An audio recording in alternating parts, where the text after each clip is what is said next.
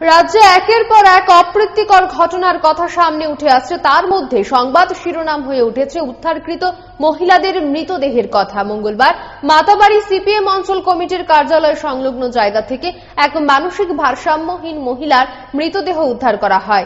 এই ঘটনার তীব্র চাঞ্চল্য ছড়িয়ে পড়ে গোটা মাতাবাড়ি এলাকায়। খবর দেওয়া হয় উদয়পুর মহিলা থানায় এবং রাধাকিশোরপুর থানায়। খবর পেয়ে ঘটনাস্থলে ছুটে আসে পুলিশ এবং সম্পূর্ণ ঘটনাটি পুলিশ তদন্ত করছে বলে জানায় মহিলা থানার এসআই পূর্ণিমা দাস। এই ঘটনা নিয়ে এলাকাবাসীরাও নিজেদের বক্তব্য তুলে ধরেছে সাংবাদিকদের সামনে। পুলিশি তদন্ত চলছে এবং তদন্ত সাপেক্ষে বোঝা যাবে এর মৃত্যুর স্বাভাবিক না অস্বাভাবিক কোনো কারণ রয়েছে। ঘটনা হলো আমি দেখা নাগাদ আমার কাছে খবর গেছে যে একজন লোক এখানে মারা গেছে মনে হয় সিপিএম এর পার্টি অফিসের এখানে করে দিছে। তখন আমি ফোন করে সব কিছু ভালো করে দেখতে গেল মারা গেছে। অনেকক্ষণ যে খবর পেয়েছে মনে হয় মারা গেছে, এখানে লড়াচড়া হয় না অনেকক্ষণ। এই যে লোকটা মহিলাটা এখানে পাগল সবসময় আমরা দেখি ফোনে দেখলাম এই মাথা বাড়িতে সবসময় তাকে না রাখি আইসি আমরা কাউন্টাউন না না কেউ চিনি না, কেউ জানতে পারে না যা মারা গেছে। তখন সঙ্গে সঙ্গে থানাতে আমি ফোন করলাম, থানা থেকে আইলো আওয়াজ দেখছি এখন প্রশাসন আইসি। মারা গেছে পাগল, সে মানসিক কোনো স্ট্রোক টোক করতে পারে, অথবা দীর্ঘদিন অনাহারে থাকা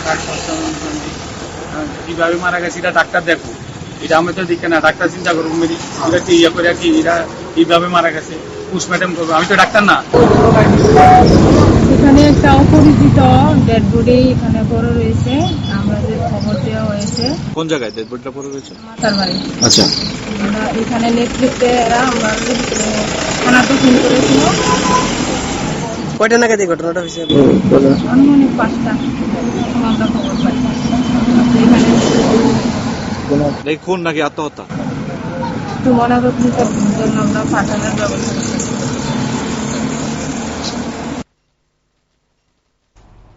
দু একদিন পর পর অগ্নিসংযোগের ঘটনার খবর পেয়ে ছুটে যেতে হচ্ছে দমকল বাহিনীর কর্মীদের। এমনই অভিযোগ করে মঙ্গলবার বিশালগড় সিপাহীজলা অভয়ারণ্য অগ্নিসংযোগ নেভাতে পৌঁছে যাওয়া অগ্নি নির্বাপক দপ্তরের এক আধিকারিক।